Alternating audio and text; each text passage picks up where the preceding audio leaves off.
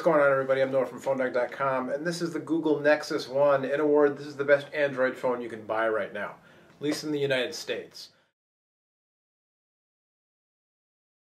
See, again, on the hardware end, the 3.7-inch display, it's AMOLED, so when you're in, optimal lighting conditions like where I am right now, it's relatively dark. It's just beautiful, really stunning. 800 by 480, not quite as many pixels as the Moto Droid, but still high res. Looks terrific. The accelerometer is built in, although I don't think you get it on, I don't know why I was trying to tilt it. I know it doesn't work on the home screen. But we'll go to the gallery here. And so here's my photo we were looking at, and then you can tilt the phone and the accelerometer kicks in. You can do double tap to zoom. You can't do multi-touch. There are hacks out there now that will enable multi-touch in the Nexus One. Google hasn't really given a satisfactory answer, if you ask me, as to why there's no multi-touch out of the box on Android releases for the US, where the hardware is compatible, and companies like HTC are releasing phones in the US, Android phones that are multi-touch compatible with their HTC Sense and the photo gallery and the browser and stuff, but not the stock with Android phones like this. This is an HTC phone, but out of the box, not multi-touch compatible. But then there's a hack you can get. So I don't know what the deal is, and Google hasn't really. Their whole Andy Rubin saying, well, I don't like, I like one-handed phone operations. That's not an answer, so I don't know what the problem is. But anyway, the media gallery works well, and it's actually been enhanced and updated in 2.1. We'll take a look at that. And so I actually don't have that much in my gallery right now, but it's visually just, again, a little bit more consumer-friendly is what I'd call it. Visually more interesting and easy to navigate through. My gallery is kind of set up into 3 different things. I've got my camera roll. I've got photos that have been downloaded from somewhere else into my galleries, from email or from the web or whatnot. And then my Dropbox, and you can see a Picasa icon on there. It's easy to share things, share photos up to Picasa or YouTube or wherever else. And here, let's go back and we'll go into the camera roll and we'll look at this photo. And so it's easy enough for me to hit menu and go share. And look at all those options I've got. I can tweet it, go to Picasa, send it a message, Facebook it. So it's cool that not only do you get these sharing options, but then as you add apps that are photo compatible, like TweetDroid or Picasa or Facebook, or the HandSend SMS app, they show up in the sharing menu. That's pretty neat. I like that. And again, it works well. Sharing works well. Camera itself, 5 megapixel autofocus and flash with video capture. And it works pretty well. It's not the most amazing camera phone ever, but definitely one of the better ones. Response time is pretty good. Focus time is actually fairly fast. And if we go back and go to the camera here, on Android 2.0, the software much improved from 2.1, I think. Easier to use. You've got a little toggle switch between video mode and photo capture mode. You can tap to look at your gallery. There's the button for taking pictures. And then you've got this little slide-out drawer that gets to your settings. So just a lot easier to use than Android 1, various Android 1 releases. The camera app there, quite nice. On the top, 3.5mm headphone jack. There's your switch for power and lock and everything. The device, like I said, it's quad-band GSM. You can buy it unlocked direct from Google, or you can buy it on a T-Mobile USA contract at a subsidized price. It's 3G compatible with T-Mobile USA. In the US, it's also Euro banding, so if you're over in Europe, it'll work on 3G and a lot of the carriers there. In the US, though, 3G only on T-Mobile. On AT&T, it'll work on Edge. I've tested it on both networks. Works fine. Voice quality is very good. Not super duper excellent, but very good. There's a dual mic noise cancellation system in there. I think Motorola's Crystal Talk system is a little bit better, but this works pretty well. Call quality generally pretty good. Had a couple of weird instances where I was on a call and the volume of the other person just kind of started fading out. But I was doing those calls from a place where I have cell phone reception issues with all carriers, not just T-Mobile, who has one at the time. So I'm not going to fault that the phone, because everywhere else I've used it, it's worked well. Worked well on AT&T also. Just web browsing, stuff like that, a little bit slower because it's on Edge. But then you also have Wi-Fi built in. Wi-Fi works great. As I showed you, you've got this power control widget you can set up. So I've got my GPS on, Bluetooth off, everything, my syncing and my brightness controls. Wi-Fi works quite well. All your different syncing services work very well. Android 2 has support for integrated Facebook syncing. So my contacts are synced up to my Facebook account. So I've got the option to pull Facebook contacts down into my contacts here, and their photos will update. So like Amy and AJ here, I know those are photos from their Facebook profiles, not photos that I put into the phone. So that's pretty cool. You know, just that whole social media integration, syncing things from the cloud and everything.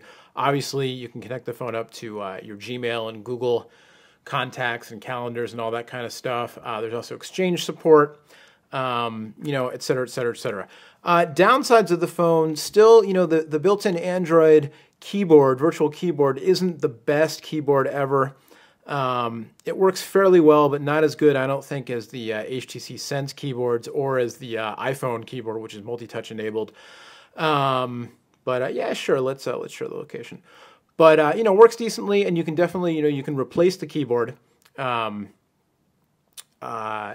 using, you know, their different replacement keyboards. Sorry, a little brain cramp there. There are replacement keyboards available for Android, so you can just swap a new keyboard in if you're so inclined.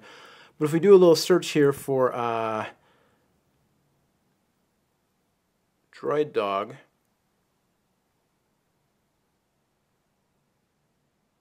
there's Droid Dog. You know, it works fairly well. Not the most amazing keyboard, but it works all right. Touchscreen is responsive. Again, I like having the trackball to be able to get to you know, little things on the screen that sometimes I might not be able to. Here's the browser. It's a great browser. It's not multi-touch. You can hack it to make it multi-touch, but some people don't care, and it's easy enough to do, you know, one-handed navigation, double tap to zoom, that kind of thing. When a hacked phone with a tweet, Droid Dog's rooted. I'm sorry, I'm not trying to get into advertising for our network sites here. I'm just trying to show you how the device works. Let's see, is there a video we can get to? My favorite apps for Google's Nexus One. Well, that's something you might want to read. Home++. Yeah, there's some of those. You might want to read those, because I'll tell you what, John knows his Android better than I do. But I'm kind of here more to give you the, you know, what do I think as a user of many smartphones review. And maybe that's a good place to stop, because I think, you know, I can go further and further into the various individual features. But again, I think this is just my favorite Android phone on the market right now. And I think that's because I really like this form factor of the very thin, it's what, 11.5 millimeters thick, the very thin foam with a big display, touchscreen, it's responsive, it's a beautiful display. You know, the gallery's improved. I'd like to see Android's media players be improved. The music player's kind of passable, you know, not quite up to the standards of some of the other smartphones out there. But, you know, the messaging is great, all the integration with all the different Google services and all the different IM clients and Exchange and, you know, syncing with all various services up in the cloud there. And the one thing that, you know, Google needs to work on, and they're aware of this, is with applications, a couple of things. One is that the Android market is kind of a mess. It's kind of hard to search through, you know, it's not as easy to navigate as the Apple App Store or even Palm's WebOS app catalog. So they need to do some work on the Android market just to make it easier to kind of search and sort. And it's getting better, but it's not quite there yet. The second thing as relates to apps is that the storage space for apps is limited. And, you know, there's not an Android phone out there, I don't think, certainly not the Nexus One, with a huge amount of internal storage like the Palm devices now, the Pre Plus up to 16 gigs, and the iPhone 16 and 32 gigs. There's not a, you know, the Android devices rely on a micro SD card. And there's a limitation, you can't store apps on the micro SD card. So they're trying to work all that out, and they need to, so that not only can you store more apps, but you can have bigger apps like games. And that's the other place where Android is lacking right now, is in games. You don't have, you know, the really big name titles that you've got in the iPhone store, and that now you're going to see Palm start to get with their deals with 3D gaming just announced at CES. So that's somewhere where I think Android, you know, they're going to need to step it up a little bit. Homebrewed games and you know, there are a lot of really cool programs out there, but just again, for the health of the platform, I think you want to get some of the support for, you know, harder core 3D gaming. Is that a word, harder core? You know, 3D gaming, and just to take advantage of this new breed of devices with really, you know, great hardware, the Snapdragon processor, like I said, and you know, you can see with the live wallpaper and the scrolling of the, you know, of the apps before, that the phone's capable of some neat, you know, visual effects. So let's get the gaming happening. And I've already seen that, you know, they're going to be, Google's working with the Game Developers Conference and some other places early this year to cater to the game developer community for Android. So hopefully that'll be something good. We're looking forward to that. The other thing then is, you know, carrier selection. Even though Google set out, you know, they're selling this phone under their own brand and their own store. You can buy it direct from them online and everything. In the U.S. anyway, it's more or less, you know, it's a T-Mobile phone. It's unlocked, but, you know, if you want 3G, you can't get it on AT&T. You use it on T-Mobile. So there's a Verizon version coming soon, and then hopefully we'll see, you know, more devices based on this platform on other carriers as well. Everything's got to start somewhere, right? But all in all, one more time I'll say it, my favorite Android device currently on the market. If you're, you know, I would also recommend checking out the Droid Aris, which is similar but smaller screen, a little lower powered. If you want a hard keyboard, there's the Droid, there's the Click, there's the Moment. The backflip is coming out, but not out yet. You know, we previewed at CES. But, you know, kind of do your shopping, see what fits you. But for me, I love the slim devices, big touchscreen.